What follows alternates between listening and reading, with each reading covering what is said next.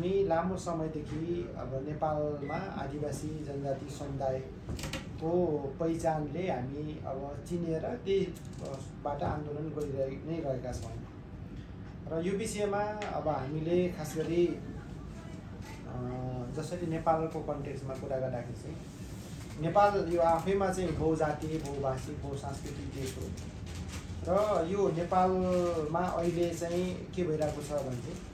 हामी फक्त बाहिरबाट हेर्दाखेरि चाहिँ हामीले पहिचान पक्षधर र पहिचान विरोधीको बिचमा लडाइँ भयो जस्तो हामी देख्छौँ होइन बाहिरबाट देख्दाखेरि तर इन रियालिटी भित्री रियालिटी के छ भने चाहिँ पहिचान पक्षधर भर्सेस पहिचान पक्षधरको बिचमा लडाइँ भइरहेछ अहिले चाहिँ नेपालमा चाहिँ स्ट्रगल जे भइरहेछ त्यो नै हो यति फरक त्यति मात्रै हो कि नेपालका आदिवासी जनजातिहरूले बहु पहिचान चाहन्छ आफ्नो पहिचानलाई स्थापित गरेर अरूको पहिचान पनि सम्मान गर्न चाहन्छन् तर नेपालमा भएका खास गरी राज्य सत्ता सञ्चालनमा रहेका समुदायहरूको तर्फबाट कुरा गर्दाखेरि चाहिँ उहाँहरू चाहिँ एकल पहिचान मात्रै राख्न चाहनुहुन्छ जो नेपालको संविधान 2072को विरुद्धमा हुन्छ त्यस कारणले गर्दाखेरि अहिले चाहिँ हामी एकल पहिचानको पक्षमा हो कि हामी बहु पहिचानको पक्षमा हो भन्दाखेरि चाहिँ नेपालका आदिवासी जनजातिहरू अथवा नेपाल आदिवासी जनजाति महासङ्घ स्वाभाविक हिसाबले नेपालमा भएका सबै जात जाति समाज समुदायको चाहिँ सो पहिचान चाहिँ गर्न पाउनुपर्छ र उहाँहरूले आफ्नो पहिचान रूपमा रहेर चाहिँ बाँच्न पाउनुपर्छ भन्ने चाहिँ हामी सबैको सवाल हो जसले गर्दाखेरि नेपाल आदिवासी जनजाति महासङ्घले अथवा नेपालका आदिवासी जनजातिहरूले उठाएको सवाल चाहिँ एउटा जाति विशेषको मात्रै एजेन्डा होइन समग्र सबै जात जातिको चाहिँ न्यायको लागि चाहिँ बोलिएको एजेन्डा भएको हुनाले पनि अब यो चाहिँ हामी वास्तवमा चाहिँ यो देशको राष्ट्रियता नेपालको सम्पूर्ण जात जातिहरूको चाहिँ भलाइ हकितको कुरा चाहिँ हामी गर्छौँ भने हाम्रो दाबी हो नेपालको आदिवासी जनजातिहरूले गर्छन् है भन्ने कुरा हाम्रो दाबी हो र यो मैले अहिलेको कुरा किन जोडेको भने चाहिँ मैले प्राचीन कुरालाई जोड्नलाई मैले यहाँ जोडिरहेको छु कि अब हाम्रो उत्पत्तिको कुरा गर्दाखेरि चाहिँ अब स्वाभाविक हिसाबले यहाँ चाहिँ कति नेपालमा चाहिँ मङ्गोलियातिरबाट आएको हो कि अथवा कुनै देशबाट बसाइसराइ गरेर नेपाल गएको हो कि भन्ने कुराहरू पनि यहाँ चाहिँ चलि नै रहेछ विभिन्न प्रसङ्गमा हामीले सुनिने गरिरहेका छौँ तर त्यो विभिन्न चाहिँ वैज्ञानिक आधारहरू हेर्दाखेरि चाहिँ हामीले त्यो देख्दैनौँ किनभने सामान्यतया चाहिँ एज अ सामान्य ह्युमन बिइङ हामीले हेऱ्यो भने चाहिँ के हो भने चाहिँ यो ग्लोब अथवा पृथ्वी सुरुमा यो पृथ्वी त तपाईँ हामी सबैले साइन्स पढेको अथवा हामीले सुनेको तपाईँ हामीले सामाजिकमा अथवा भूगोलमा सानोमा पढ्दाखेरि पनि सुनेको कुरा के हो भने यो पृथ्वी भन्ने चिज त पहिला चाहिँ पानी मात्रै थियो तर जब सूर्यको चाहिँ तापसँगै बाष्पीकरण हुँदै गइसकेपछि अनि पानीको सतह चाहिँ घट्दै गयो त्यसपछि जमिनको मात्रा चाहिँ बाहिर निस्किँदै गइसकेपछि सुरुमा चाहिँ जमिनको मात्रा चाहिँ कहाँ निस्कियो त भने स्वाभाविक हिसाबले नेपालको सगरमाथाको टुप्पो निस्कियो सुरुमा स्वाभाविक हो यो साइन्टिफिक नै छ यो चाहिँ त्यो भइसकेपछि अब पानीको सतह घट्दै जाने कुरा चाहिँ जमिनको सतह माथि हुँदै गयो अनि त्यसपछि जीवको विकास पनि सामान्यतया के हो भने जहाँ चाहिँ जमिन छ अथवा भूगोल छ त्यो भूगोलमै तपाईँको जीव प्राणीहरूको चाहिँ विकास हुने स्वाभाविक हो अनि त्यस कारणले गर्दाखेरि मानव सभ्यताको विकास यदि कहीँ कतै भयो भने चाहिँ भन्न त अहिले चाहिँ हामीले चाहिँ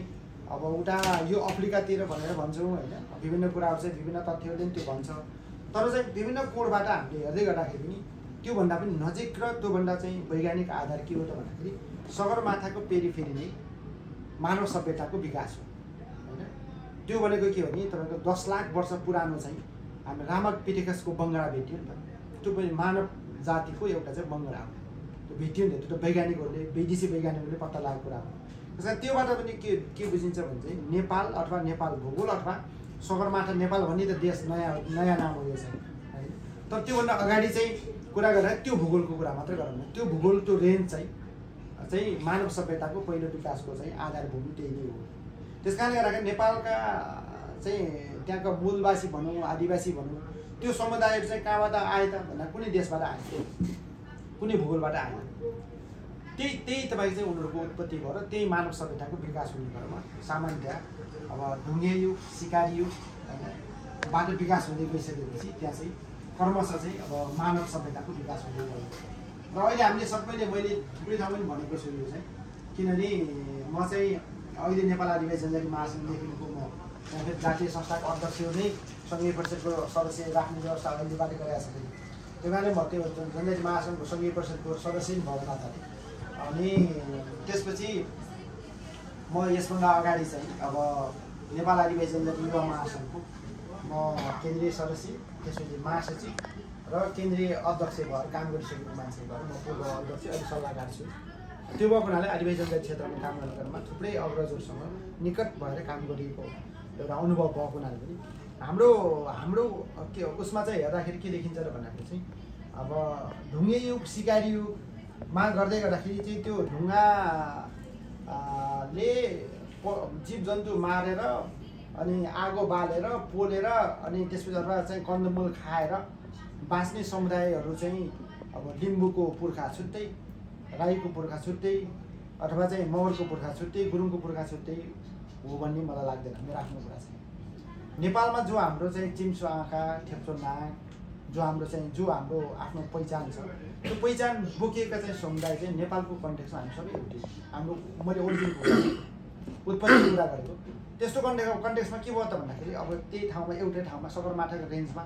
त्यही तपाईँ चाहिँ जीवजन्तुहरू सबै मान्छेको जनसङ्ख्या बढ्दै गयो, जीवजन्तु पाइएन होला, कन्दमूलहरू पाइएन होला। त्यसरी मान्छे के भने आफ्नो शरीरको आवश्यकतालाई जसरी आजको दिनमा तपाईँहरू जापानमा हुनुहुन्छ होइन, त्यसरी अब आजको दिनमा कोही मान्छे अमेरिका हुनुहुन्छ, अनि त्यस्तै गरेर चाहिँ कोही मान्छे भारतमा हुन्छ, कोही मान्छे नेपालमै छौँ होइन। त्यो किन भइरहेछ त भन्दा त्यो आफ्नो आवश्यकतालाई परिपूर्ति गर्नको लागि चाहिँ त्यो चाहिँ माइग्रेसन हुन्छ, बसाइसकेको हुन्छ।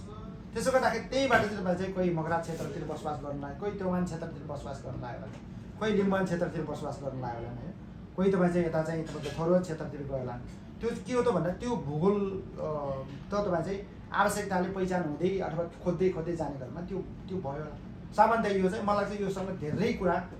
नजिक वैज्ञानिक आधार तथ्यसँग जोडिन्छ। त्यस कारणले गर्दाखेरि हामी सबैको नेपालको आदिवासी जनजातिको जो चाहिँ हामीले अब जनजातिको शब्दको विषय मैले अलि भन्छु होइन, तर चाहिँ यो चाहिँ हाम्रो उत्पत्तिको कुरालाई हेऱ्यो भने चाहिँ सामान्यतः योसँग धेरै नजिक छौँ हामी छौँ। त्यस कारणले योबाट विकास हुँदै कुनै क्रममा चाहिँ हामीलाई विभिन्न राज्य संयन्त्र, किनभने एउटा समाज विकास भइसकेपछि अब के गर्ने त भन्दा त्यहाँभित्र अब कुनै कानुन बनाउनु पर्ने होला अथवा कुनै छलफल गर्नुपर्ने होला, एउटा चाहिँ घर परिवार पनि चलाउनलाई चाहिँ सरसल्लाह गर्नुपर्ने होला होइन। तर त्यहाँ चाहिँ कसको कुरा मान्ने हो त भन्दाखेरि त्यहाँ बाउको कुरा अथवा आमाको कुरा मान्नुपर्ने होला होइन, घरभित्र नै हुन्छ नि त्यो त। त्यसो अथवा बाजेको कुरा अथवा बजेको कुरा मान्नुपर्ने होला। यो गर्दै गएर चाहिँ समाज अलिक ठुलो हुँदै गइसकेपछि अब समाजको लागि चाहिँ अलिकति गर्नलाई चाहिँ के गर्नुपर्छ, राज्य व्यवस्था बन्नु, राज्य बन्नु अथवा चाहिँ सरकार बन्दै गयो। अथवा त्यति बेलाको चाहिँ अवस्थामा चाहिँ 2224देखि लिएर विभिन्न चाहिँ तपाईँको ठुमहरू राज्यहरू चाहिँ बने।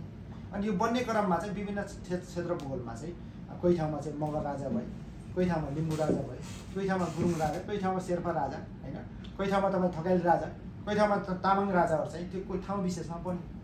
त्यो त किनभने भूगोल विशेषको आवश्यकताले चाहिँ त्यो समाजले बनायो। र सोही अनुसार चाहिँ के हो भने विभिन्न ठाउँको जस्तो लिम्बुवान क्षेत्रमा गयो भने चाहिँ त्यहाँका चाहिँ वन जङ्गलदेखि लिएर त्यहाँको बोट बिरुवा डाँडा काँडा सबै कुरा खोला नालाको नाम चाहिँ लिम्बू भाषामा छ होइन। तोमान क्षेत्रतिर गयो भने सबै तोमु भाषामा छ, अनि उता मगरा क्षेत्रतिर गयो भने सबै मगर भाषामा छ। उता चाहिँ तपाईँ थोरो क्षेत्रमा गयो भने सबै तपाईँको चाहिँ के अरे थारू भाषामा छ। अथवा यता शेर्पालुङतिर गयो भने के देखिन्छ त्यहाँ सबै शेर्पा भाषामा छ। यो के हो त भन्दाखेरि हाम्रो तपाईँ चाहिँ त्यहाँको चाहिँ मूलवासी आदिवासी चाहिँ त्यो समुदाय रहेछ र उनीहरूको आफ्नो नाममा राखेको रहेछन् भन्ने कुरा मूलभूत रूपमा त्यो चाहिँ हाम्रो तथ्य हो कि परमाणु आधार परमाणु। त्यस कारणले गर्दा यो क्रममा चाहिँ अब विभिन्न राज्यहरू बने र आफ्नो ठाउँमा राज्य बनिसकेपछि अब त्यो अब एकले अर्कोलाई चाहिँ अब श्री सरलाई मैले कुनै चिज माग्नु पऱ्यो भने त उहाँलाई चाहिँ मैले बोलेर माग्नु पऱ्यो नि त। मेरो चाहिँ माग चाहिँ तपाईँको सुन्नलाई पनि उहाँलाई सुन्नलाई पनि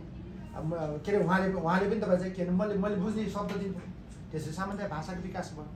किनभने एउटा आवश्यकता पूर्ति गरेर अर्को मान्छेसँग चाहिँ लिनको लागि त भाषा चाहिन्छ कि होइन। अहिले साङ्केतिक भाषा पछि विकास भएको कुरा हो, तर चाहिँ विकास हुन त्यसलाई परिष्कृत गरेको कुरा हो। साहित्यमा पहिला सुरुमा साङ्केतिक भाषा प्रयोग भयो होला, तर साङ्केतिक भाषाले सबै कुरा पूर्ण नहुने भइसकेपछि के भयो त भन्दा बोली निकालियो, आवाज निकाल्दाखेरि चाहिँ अब के भाषा प्रयोग भयो, ठाउँ विशेषमा भाषा प्रयोग भयो। त्यसरी हरेक समाज समुदायको आफ्नो भाषा बन्यो। त्यसपछि के हुन्छ भने समाज विकास सँगसँगै चाहिँ मान्छेले तपाईँहरू चाहिँ अब 8 घन्टा काम 8 घन्टा माम होइन 8 घन्टा आराम भन्ने कुरा त तपाईँ सबैले सुनेको छ। त्यस कारणले गर्दाखेरि सामान्य काम गरिसकेपछि अथवा चाहिँ जीविकोपार्जन चाहिँ रमाइलो गर्नु पर्ला अथवा चाहिँ तपाईँ चाहिँ के अरे इन्टरटेनमेन्ट गर्नुपर्ने होला भन्ने चाहिँ हाम्रो पुर्खाले त्यति बेलै संस्कारहरू संस्कृतिहरू चाहिँ नाचगानको कुराहरू पनि विकास हुँदै गयो।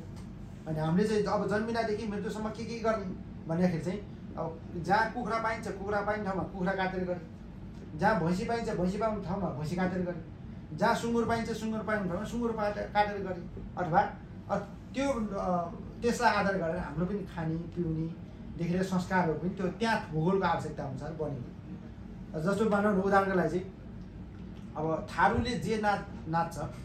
त्यही नाच्छ तपाईँको चाहिँ शेर्पाले नाच्न सक्दैन। किन सक्दैन भने शेर्पाहरू चाहिँ चिसो ठाउँमा बस्छन्, थारूहरू चाहिँ गर्मीमा बस्छन्। किन गर्मीमा त्यही खाले नाच्ने हो, त्यही खालको पातलो कपडा लगाएर नाच्ने हो, ठाउँ भूगोल अनुसारै नाच्ने हो अथवा वेशभूषा लगाउने हो। अनि शेर्पामा तपाईँ चाहिँ फेरि पातलो कपडा लगायो भने त्यहाँ त मान्छे मर्छ। अनि त्यस कारणले गर्दा त्यो नाच्ने गीत गाउने र नाच्ने तपाईँको त्यो चाल्ने चालहरूदेखि लिएर सबै कुराहरू चाहिँ हेऱ्यो भने शेर्पाको फरक छ, थकालीको फरक छ होइन। अर्थात् राई र लिम्बूको उस्तो स्थिति छ किनभने त्यो एउटै भूगोलमा छ। गुरुङ र मगरको उस्तो स्थिति छ किनभने त्यो एउटै भूगोलमा छ होइन। अनि जसमा नेवार र तामाङको केही हदसम्म केही मिल्छ, त्यो पनि करिब एउटै भूगोलमा छ। अनि यसले के हो त भन्दाखेरि संस्कृति विशेष चाहिँ के हुँदो रहेछ त्यो रेन्जले भूगोलले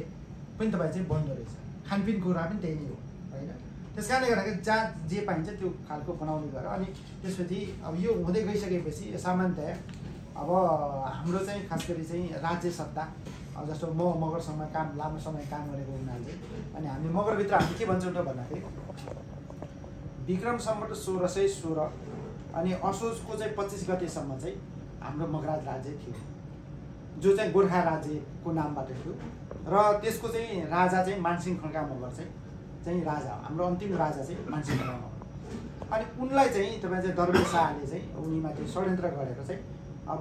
त्यहाँ के गर्यो त भन्दा गङ्गाराम राणा मगर चाहिँ अब मानसिंह खड्का मगर राजाको चाहिँ प्रधान सेनापति अनि गङ्गाराम राणा मगरलाई चाहिँ त्यो खास गरी दरबार शाहले चाहिँ प्रायोजन गरेर अथवा चाहिँ उसलाई फकाएर चाहिँ मानसिंह खड्कालाई मार्न लगायो। त्यसपछि त्यो चाहिँ गोर्खा राज्यपछि विजय प्राप्त गर्यो र मगरहरूले त्यहाँबाट लुज गर्यो। त्यसपछि के भयो त भन्दा मगरले क्रमशः चाहिँ हामी राज्य सत्ताबाट हामी चाहिँ विमुख भयौँ। अब हाम्रो आन्तरिक कुरा गर्छौँ। तर यता पश्चिमबाट चाहिँ फेरि के भने पछि पृथ्वीनारायण शाह आइसकेपछि फेरि गोर्खा राज्य विस्तारको अभियान चल्यो र अभियान चलाउने क्रममा चाहिँ त्यहाँ फेरि कस्तो हाम्रो मगरहरू फेरि कस्तो रहेछ नि मगर र गुरुङ विशेष गरी कस्तो रहेछ भने चाहिँ आफ्नो राज्य गुमेको छ। गोर्खाको थुप्रै ठाउँमा गुरुङ राज्यहरू थियो, लमजुङको थुप्रै ठाउँमा गुरुङ राज्य थियो, त्यो गुमेको छ। अनि त्यसपछि तपाईँ चाहिँ यता चाहिँ तपाईँ मगरहरूको आफ्नो राज्य गुमेको छ। तर आफ्नो राज्य गुमेर पनि फेरि त्यही शासक भने शाहहरू होइन तत्कालीन शासकहरू अनि उनीहरूको राज्य सत्ता गुमेको पीडालाई सबै भुलेर फेरि त्यसरी सेनामेना भएर पूर्वतिर चाहिँ लड्न चाहिँ गएको चाहिँ हाम्रो पुर्खाहरू छ। त्यो चाहिँ कुनै चाहिँ विवेकले होइन कि एउटा चाहिँ एउटा कर्मचारीको हिसाबले जसरी यहाँ जापानमा तपाईँले बस्नु भएको छ हो त्यस्तै किसिमले एउटा कर्मचारीको हिसाबले काम गरेर चाहिँ त्यस्तै किसिमले गएको रहेछ। त्यो चाहिँ अब त्यति बेलाको अवधिमा चाहिँ के भयो भने पूर्व पश्चिमको करिब लिम्बुवान क्षेत्रमा किबटको कुराहरूदेखि लिएर केही कुराहरू राज्य तत्कालीन राज्य सत्तामा सम्झौता भएको हुनाले केही कुरा अहिले पनि दस्तावेजहरू छ। नत्र भने बाँकी सबै राज्यहरूको चाहिँ अब चाहे गुरुङ राज्य भन्नुहोस्, चाहे नेवार राज्य भन्नुहोस्, चाहे तामाङ राज्यहरू भन्नुहोस्, चाहे मगर राज्यहरू भन्नुहोस्, चाहे शेर्पाको कुरा थुप्रै कुराहरू चाहिँ हेऱ्यो भने चाहिँ के देखिन्छ त भन्दाखेरि हाम्रो राज्य सत्तासँग जोडिएका चाहिँ दस्तावेज के पनि छ आज किन छैन त भन्दाखेरि हामी आफैले पनि किन चाहिन्छ राज्य सत्ता त गुमिसक्यो, राजा त मरिसक्यो भने यो किन चाहियो भन्ने सबै जलाउने काम गरियो। त्यसमा चाहिँ अब हाम्रो इतिहास चाहिँ के हो त भन्दाखेरि ठ्याक्कै अब त्यो ठ्याक्कै लिखित नभएको हुनाले यही हो इतिहास भन्नेहरू त हामीसँग छैन। त्यस कारणले गर्दाखेरि हाम्रो चाहिँ अलिखित इतिहास भनेर भन्छौँ हामी मगरहरूले अथवा नेपालको आदिवासीहरूले। अनि डक्टर चाहिँ हर्क गुरुङले के भन्नुहुन्थ्यो त भन्दाखेरि नेपालमा दुईवटा मात्रै जात छ भन्नुहुन्थ्यो उहाँले होइन। विदेश जानुभयो, म उहाँको विद्यार्थी हो म चाहिँ। अनि उहाँले के भन्नुहुन्थ्यो भने नेपालमा दुईवटा जात छ। त्यो जात के हो त भन्दाखेरि चाहिँ एउटा चाहिँ लासा गोत्रीय जात छ, एउटा काशी गोत्रीय जात छ भनेर उहाँले भन्थ्यो। अनि काशी गोत्रीय भने चाहिँ खसारहरू होइन, दलितहरू मधेसीहरू पनि पर्छन् त्यहाँभित्र। अनि लासा गोत्रीय भनेको चाहिँ हामी सबै पऱ्यो। अनि भने उहाँले चाहिँ आफ्नो लोजिक चाहिँ उहाँसँग थियो। अनि त्यसपछि त्यो हेर्दाखेरि चाहिँ हाम्रो के हुन्छ भने ठाउँ विशेषमा विकास हुँदै गइसक्यो, राज्य सत्ता गुमिसकेपछि हाम्रो क्रमशः खास गरी चाहिँ अब जाने राणा शासन तपाईँ हामी सबैलाई थाहा छ 103 वर्षको जाने राणा शासन। जाने राणा शासनमा अब तपाईँ हामी सबैले धेरै चिजहरू चाहिँ हामी लुज गरेका छौँ। किनभने त्यति बेला चाहिँ अब किनभने 1910को मूल्यकीयनलाई हेऱ्यो भने त के देखिन्छ भने हाम्रो भाषा संस्कार संस्कृतिहरू चाहिँ अवलम्बन गर्नलाई बन्देज गरेको छ कि पुराको पुरै बन्देज गरेको छ होइन। सामान्य तपाईँ चाहिँ के अरे त्यहाँ चाहिँ तपाईँको चाहिँ उचो निचो भनेर चाहिँ 4036 वर्गको कुरालाई त्यहाँ स्थापित गरेको छ। त्यसपछि तपाईँ चाहिँ अब माथिल्लो जात भएकोले कुनै गल्ती कमजोरी गर्यो भने चाहिँ उसलाई चाहिँ तपाईँ चाहिँ अब के अरे ऊ भाग्न पाउने, छोडेर भाग्न पाउने। तल्लो भनिएको जातबाट भयो भने त्यसले फाँसीमा झुन्डिनु पर्छ। त्यो चाहिँ त्यही मान्छे बिचमा नि विभेद चाहिँ त्यो 1910 को मुलिङले गरेछ। त्यसले थप चाहिँ गरेर खास गरी चाहिँ 1933 सालमा चाहिँ लखन थापा चाहिँ नेपाल सरकारको अथवा तत्कालीन राणा सरकारको चाहिँ क्याप्टेन, नेपाल आर्मी क्याप्टेन उनी थिए र उनी चाहिँ शाहवंशको कि तत्कालीन राणाहरूको विरुद्धमा चाहिँ अब यो राणाहरूले चाहिँ अब यसरी च्याप्दै गयो भने त हाम्रो कुरा सिद्धिने भयो, लोकतन्त्र सिद्धिने भयो, के अरे तपाईँ चाहिँ प्रजातन्त्र सिद्धिने भयो अथवा हामीले बोल्न पाउने वाक स्वतन्त्रता चाहिँ हामीले नपाउने भइसकेपछि अब चाहिँ विद्रोह गर्नुपर्छ भने आर्मीको चाहिँ क्याप्टेन पद छोडेर अनि त्यसपछि लखन थापाले गोर्खा बुङकोटमा गएर आफ्नो छुट्टै सैनिक बनाएर उनले के गरे त भन्दाखेरि विद्रोह गरे। तत्कालीन शासनको विरुद्धमा चाहिँ उनले विद्रोह गरे। विद्रोह गर्दाखेरि तत्कालीन शासक चाहिँ जङ्गबहादुर राणाले उनलाई चाहिँ हत्या गरे, उनको टिमलाई नै हत्या गरेको छ। त्यसपछि त्यो भइसकेपछि अब खास गरी 2007 सालको फेरिमा आएर अलिकति परिवर्तन भयो, पञ्चायती व्यवस्था सुरु भएको छ। र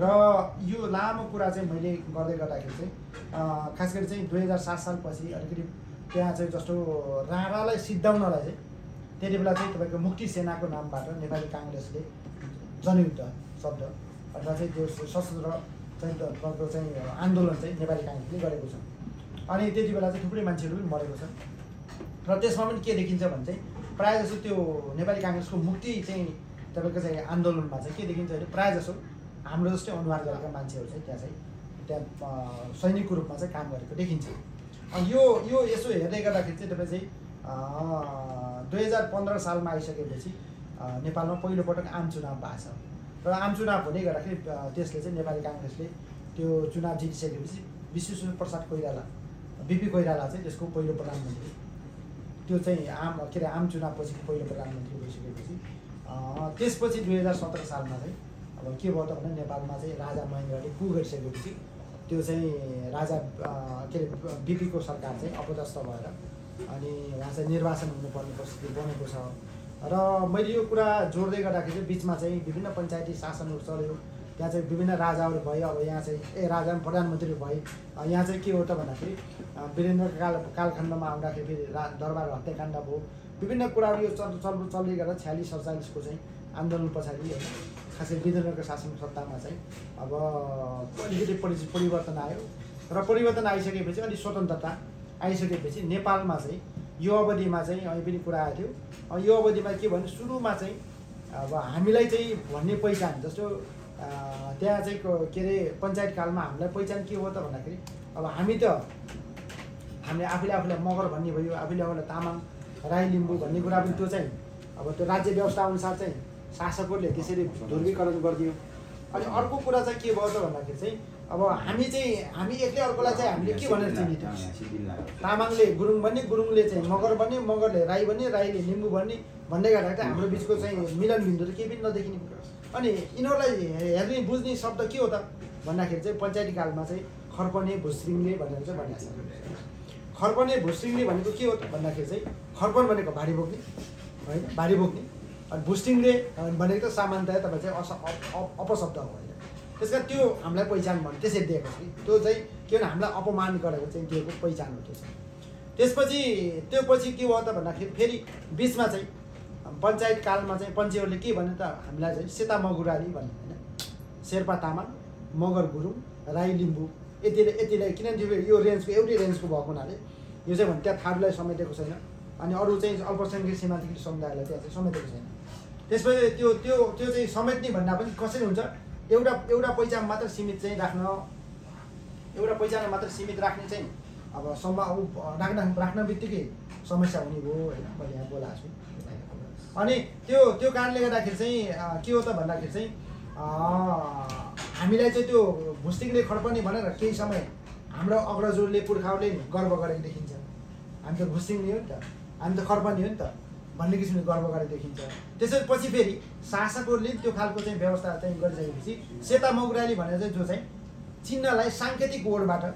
चाहिँ उनीहरू चाहिँ कसरी चिन्ने तिनीहरूलाई, कसरी चिनाउने तिनीहरूलाई भनेर हाम्रो पहिचान चाहिँ सेता मगुराली भनेर बनिएको रहेछ। त्यसपछि के भयो त भन्दाखेरि अब बौद्धल आयो 46 साल पछाडि बौद्ध आइसकेपछि के हुन्छ हाम्रो त मैले अघि भने यो लामो कुरा जोडेको कुरा के भन्छ हामी त सीमान्तकृत हुँदै हुँदै गएपछि तपाईँ हामी दिलमै पुगेर चाहिँ के भन्छ राज्यको मूलधारभन्दा पुरै विचित्तै बाहिरै पुगेछ अथवा पुरै यो हामीलाई किनभने त्यो फेरि विशेष गरी चाहिँ अब नेपालको कन्टेक्स्टमा कुरा गर्दाखेरि चाहिँ अहिले शासन सत्ता चलाइरहेका समुदायहरू चाहिँ त्यहाँ चाहिँ उनीहरू फ्रन्ट लाइनमा छैन फेरि कहिले पनि छैन राजा अथवा राणाहरू अथवा चाहिँ शाहहरू चाहिँ फ्रन्ट लाइनमा शासन सत्ता गरिरहेछन् तर ब्याक तपाईँ चाहिँ क्लोज डोरमा अथवा चाहिँ इन्डोरमा चाहिँ तपाईँ चाहिँ विशेष गरी खसारी समुदायहरूले चाहिँ विशेष भित्र शासन सत्ताहरू चलाउने राज्य संयन्त्रमा आफ्नो पहुँच बढाउने कामहरू भइरहेछ र 2015 सालमा बिपी आउँदाखेरि केही चाहिँ माथि उठ्न खोजे देखिन्छ तर फेरि त्यो कार्य सञ्चालन गर्ने क्रममा चाहिँ त्यो तारतम्यता नमिलिसकेपछि त्यो अपदस्थ भयो फेरि 46 पछाडि के हो त भन्दाखेरि फेरि नयाँ ऊ भयो र त्यसपछि अब के हो त भन्दाखेरि अब हाम्रा अग्रज हो तत्कालीन अग्रज चाहे अब हाम्रो अब डाक्टर हर्क गुरुङ भनौँ चाहे सुरेश आले लगायत चाहिँ जति पनि हाम्रो बालकृष्ण बाबुदेखि लिएर परशुराम तामाङहरूदेखि लिएर मल्लके सुन्दरहरूदेखि लिएर जति पनि हामीले चाहिँ हाम्रो अग्रजहरूको कुरा लियो भने चाहिँ अनि त्यसपछि पद्मनाभ तुलाधर उहाँ सबैको कुरा गर्दाखेरि के देखिन्छ र भन्दाखेरि तत्कालीन अवस्थामा उहाँले आफूलाई चाहिँ कमजोर शिथिल किन राज्यको मूलधारमा एकजना पनि मान्छे छैन त्यसै आफ्नो कुरा सुन्दैन न भाषा राज्यले बोलिदिन्छ आफ्नो न आफ्नो भाषालाई सम्मान गर्छ त्यस कारणले अब सीमान्तकृत अवस्थामा पुग्यो भनिसकेपछि अब के गर्ने त भन्दाखेरि हामीहरू चाहिँ उहाँहरूले नै यो कोइन गरेको शब्द है फेरि यहाँ भन्दाखेरि चाहिँ अब जनजाति भन्ने चाहिँ कसैले लादेर चाहिँ दियो कि भन्ने कुरा पनि आछ उनलाई यद्यपि चाहिँ हाम्रो अग्रजहरूले चाहिँ त्यो त्यति बेलाको सोच चिन्तन के भयो त राज्यबाट धेरै तल पछाडिसकेको अवस्था भइसकेपछि हामी चाहिँ जनजातिहरू छौँ अब जनजातिहरू चाहिँ जस्तो चाहिँ माओवादीले अथवा कम्युनिस्टहरूले भन्छन् विभिन्न मुक्ति मोर्चा भन्छ नि त होइन विभिन्न मुक्ति मोर्चा भनेपछि त्यो त के त्योबाट मुक्तिको लागि चाहिँ त्यो बनाइएको चाहिँ त्यो संयन्त्र हो नि त सञ्जाल हो त्यस्तै खालले चाहिँ त्यति बेला चाहिँ नेपाल जनजाति महासङ्घ भनेर चाहिँ यसको नाम सुरुमा यसको चाहिँ नाम चाहिँ यसरी भएको छ नेपाल आदिवासी जनजाति महासङ्घ होइन त्यो चाहिँ के हो त भन्दाखेरि त्यो खास गरी 48-49 पछाडि अलिकति खुल्ला वातावरण भइसकेपछि अब हामी सङ्गठित हुनुपर्छ किनभने जातीय संस्था त गुरुङ पनि पञ्चायतकालमै खुलेको मगरको नि पञ्चायतकालमै खुलेको लिम्बू राई तामाङ शेर्पा लगायत जति पनि मुख्य जातीय संस्थाहरू चाहिँ 8-9वटा जातीय संस्थाहरू छ यो जातीय संस्थाहरू चाहिँ पञ्चायतकालमै खुलेको संस्था हो त्यस कारण जातीय संस्था त खुलिरहेको तर हामीलाई चाहिँ सङ्गठित रूपमा त कसरी गोलबन्द हुने कसले गर्दा अब त्यो त सेता मुगुरेले त त्यो त राज्यले दिएको त्यो भनेर पनि सब संस्था त बन्ने भएन अनि के गर्ने त भन्दाखेरि त्यो सबैलाई समेट्ने शब्द चाहिँ जनजाति महासङ्घ भनेर बनाउनुपर्छ भनेको चाहिँ सुरुमा त्यसपछि महासङ्घीय संरचना त्यसको चाहिँ कार्यकारी प्रमुख महासचिव हुने र त्यसपछि त्यसको चाहिँ अरू बाँकी सचिवहरू हुने गरेर सुरुमा 9 सदस्यीय चाहिँ एउटा सचिवालय बनाएर अनि त्यसपछि सङ्घीय परिषद हुन्छ सङ्घीय परिषदमा प्रत्येक जातीय संस्थाको अध्यक्षहरू चाहिँ पालो चाहिँ सङ्घीय परिषदको 1 वर्ष अध्यक्ष हुने अनि सचिवालय के हुन्छ भन्दाखेरि चाहिँ महासचिव चाहिँ त्यसको सचिवालय प्रमुख हुने अनि त्यसपछि त्यो चाहिँ तपाईँ चाहिँ 39 सालमा 49 सालमा अनि यो भइसकेपछि के भयो त भन्दाखेरि त्यो गर्ने क्रममा अब त्यहाँ त्यति बेला के अहिले पनि यहाँले कुरा गरिरहनु भएको थियो होइन अनि के हो त भने त्यति बेला चाहिँ अब जम्मा 8वटा जातीय संस्थाले यसलाई स्थापना गरे होइन राई लिम्बू सुनवार अनि तामाङ र नेवार त्यसपछि थारू मगर र गुरुङ होइन यो 8वटा संस्थाले अनि शेर्पा गरे 8वटा संस्थाले यसलाई चाहिँ स्थापना गरे अनि यो 8वटा संस्था चाहिँ संस्थापक चाहिँ भएर चाहिँ यो चाहिँ संस्था बन्यो र बनिसकेपछि महासङ्घ जनजाति महासङ्घ चाहिँ यसरी विकास हुँदै गइसकेपछि अब के हो त भन्दाखेरि अब नेपाल अब संयुक्त राष्ट्र युएनको चाहिँ मेम्बर त नेपाल सरकार त पहिले भइसकेको थियो अनि भइसकेपछि युएनले के गर्यो त भन्दाखेरि चाहिँ अब नेपाल सरकारको तर्फबाट नेपालबाट ल आदिवासीहरू चाहिँ सहभागी इन्डिजिनियस चाहिँ कन्फरेन्स गर्ने भयो इन्टरनेसनली अनि त्यो इन्डिजिनियस कन्फरेन्स गर्नलाई चाहिँ नेपालबाट अब आदिवासीहरू बोलाउनु पर्यो अनि इन्डिजिनियसहरू बोलाउनु पर्यो अनि इन्डिजिनियस बोलाउँदाखेरि त्यहाँ चाहिँ त्यस अहिले शासन सत्तामा भएकै समुदायले हामी आदिवासी हो भनेर दाबी गरेको देखिन्छ त्यो होइन विभिन्न चाहिँ पुस्तकहरूमा पढ्नु पनि पाइन्छ त्यसो त्यो गर्दाखेरि चाहिँ किनभने उहाँहरूको चाहिँ तथ्य आधार प्रमाण हेर्दाखेरि त फेरि नेपालको मूलवासी आदिवासी इन्डिजिनियस हो भन्ने कुरा त प्रमाणित भएन नभइसकेपछि अब यो को हुन्छ यहाँको चाहिँ खास रैथानेहरू को हुन्छ नेपालबाट भन्ने कुरा भइसकेपछि त्यही जनजातिहरूलाई चाहिँ इन्डिजिनियस भनेर तपाईँ चाहिँ पर्मानेन्ट फोरममा चाहिँ अथवा चाहिँ युएन पर्मानेन्ट फोरम अथवा अमेरिकामा भएको जो चाहिँ संयुक्त राष्ट्रसङ्घको कार्यक्रममा पहिलोपटक नेपालबाट केही आदिवासीहरू पुगेका छन् विशेष गरी चाहिँ परशुराम तामाङको को नेतृत्वमा सुरेश आले पछाडि उहाँको नेतृत्वमा नेपाल आदिवासी जनजाति महासङ्घ भयो। त्यसो त्यो भइसकेपछि के भयो त भन्दाखेरि त्यहाँ पुगिसकेपछि इन्डिजिनियस भन्यो। अब यता जनजातिको शब्द त नेसनालिटी छ, नेसनालिटी त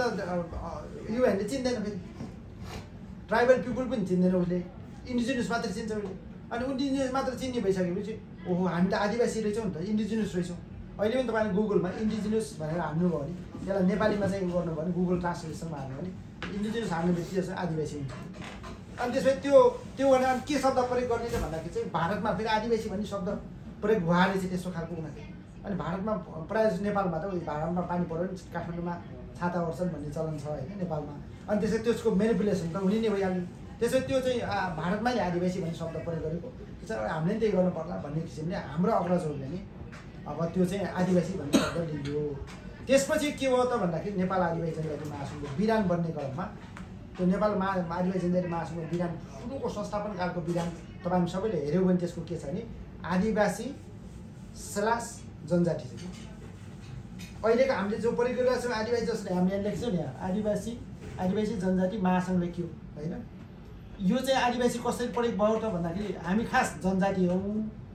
तर हामी कस्तो जनजाति भयौँ त आदिवासी टाइपको जनजाति, यो एक्जेक्टिभमा अथवा विशेषणमा प्रयोग भएको छ कि अहिले कन्टेक्समा। अनि तर यहाँ पहिला के छ नि यो सरासमा छ। सरास भनेको अर्थ के हो भने यसको फरक अर्थ लाग्छ भन्ने किसिमले हो। यसको यो जनजाति भनेको फरक हो अनि तपाईँ चाहिँ आदिवासी भनेको फरक हो भन्ने कोडबाट यसको शब्द लाग्छ भनेर चाहिँ खास विधानमा त्यही नै छ पहिला सुरुको विधानमा। र आदिवासी जनजाति प्रतिष्ठान ऐन जो 2058 सालमा आयो त्यो प्रतिष्ठान ऐनले चाहिँ जहाँ चाहिँ गुरुङ नेपालको आदिवासी जनजाति हो, राई नेपालको आदिवासी जनजाति हो, लिम्बू नेपालको आदिवासी जनजाति हो, थकाली नेपालको आदिवासी जनजाति हो भन्ने कुरा चाहिँ त्यो नेपाल सरकारको कुनै कानुनले बोलेको छ नि त्यो प्रतिष्ठान आदिवासी जनजाति प्रतिष्ठान ऐनले बोलेको छ। त्यो आदिवासी जनजाति प्रतिष्ठानको सरकारी चाहिँ उसमा पनि तपाईँ के छ भने आदिवासी / जनजाति उत्थान राष्ट्रिय प्रतिष्ठान छ कि भन्नु खोजेको के हो भने त्यो आदिवासी र जनजातिको परिभाषा फरक हो है भन्ने कुरा त्यो सिलासले चाहिँ जनाउँछ। अनि त्यस कारणले गर्दाखेरि अहिले चाहिँ के हो भने अब त्यो लेख्दाखेरि अप्ठ्यारो भयो, कुनलाई के समस्या भयो, त्यसपछि त्यो भइसकेपछि अब उही त हो भने हाम्रो चाहिँ अध्ययन गर्ने चाहिँ बानी हामी सबैको छैन। त्यसपछि कसले के गर्यो त्यसैको क्यारिओभर गर्ने कि क्यारिओभर गर्ने, त्यसपछि त्यतातिर विश्लेषण नगर्ने समय पनि छैन भन्ने अहिले उहाँले लेखेको ठिकै छ, उहाँले लेखेको त्यसै गरौँ भन्ने खालले चाहिँ त्यो चाहिँ भइरहेछ। त्यस कारणले गर्दाखेरि अहिले चाहिँ हामीले हेऱ्यौँ भने चाहिँ जस्तो आदिवासी जनजाति प्रतिष्ठान ऐन 2058मा आदिवासी जनजातिको व्याख्या के गरेको छ त भन्दा प्रोफेसर डाक्टर चाहिँ सन्तबहादुर गुरुङको नेतृत्वमा एउटा कार्यदल बनायो नेपाल सरकार। त्यो कार्यदल बनाएपछि कार्यदलले के भने नेपालको आदिवासी जनजातिहरू चाहिँ बनाएको व्याख्या के गर्नु त भन्ने किसिमले त्यसले 5वटा विशेषता बनाएको छ त्यो कार्यदलले। त्यो कार्यदलको रिपोर्ट मसँग छ, तपाईँलाई आवश्यक पऱ्यो म तपाईँलाई पिडिएफमा दिन सक्छु होइन। त्यसैले त्यो कार्यदलको प्रतिवेदन के छ भने एउटा आफ्नो छुट्टै थाप थलो भएको नम्बर 1 उसको पहिचान,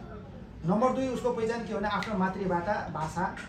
आफ्नो चाहिँ तपाईँ चाहिँ मातृभाषा बोल्ने अथवा मातृभाषा भएको, आफ्नै छुट्टै चाहिँ परम्परागत रीतिथिति चालचलन भएको होइन। अनि त्यसपछि चाहिँ के हुन्छ भने आफू चाहिँ तपाईँ चाहिँ हामी भन्ने उही भन्ने म होइन कि हामी भन्ने चाहिँ भावनामाबाट ओतप्रोत भएको,